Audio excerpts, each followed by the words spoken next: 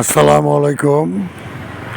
আসলে একটি শোক সংবাদ আপনাদের মাঝে নিয়ে আসতেছি। কবিরাজ আসাদ আজকে পবিত্র বৃহস্পতিবার, ঈদের দিন, আল্লাহ পাক আমাদের মাঝের থেকে আমাদের চোদ্দীয় এক বড় ভাই, আমাদের সে খুব ভালোবাসছেন, সেই ওমর ভাইকে আজকে আমরা হারাছি। আসলে হারানো এইটাই দুনিয়ার রীতি, আমার আপনার সবারই চলে যেতে হবে। তো যাই হোক, সর্বোপরি কথা যে ঈদের দিন আল্লাহ পাক আমাদের কপালে জানাজার নামাজ আমাদের বড় ভাইয়ের কপালে, আমাদের কপালে মাপাইছে।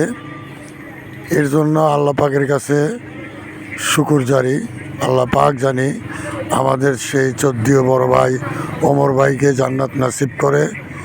আপনাদের সবার প্রতি আমার অনুরোধ, ভিডিওটা দেখে আপনি অবশ্যই পাড়া প্রতিবেশী যেই যারির কথা মৃত্যুর কথা শুনবেন, অবশ্যই কাজ কাম ফালা থুয়ে নিজ দায়িত্বে জানাজাতে অংশগ্রহণ করবেন।